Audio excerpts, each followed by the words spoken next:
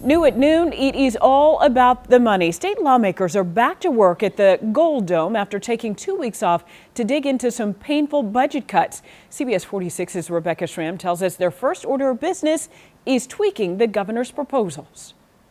The underlying theme here has been budget reductions. A couple of weeks ago, it seemed like an impossible task, cutting the mid-year state budget by 4% at the request of Georgia Governor Brian Kemp.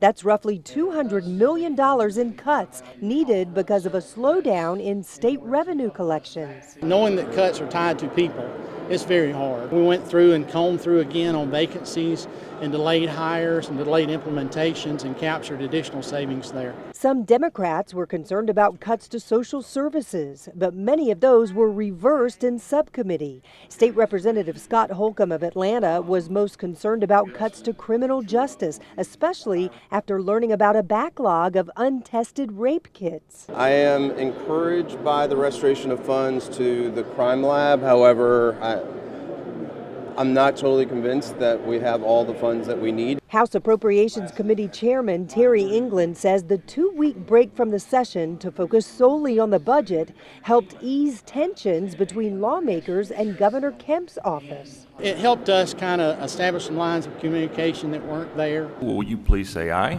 Aye. The last 2 weeks have been incredibly helpful on piecing the puzzle together. Exhausting? Yes, very. The full House is expected to vote on the revised budget tomorrow. From there, it will go to the Senate.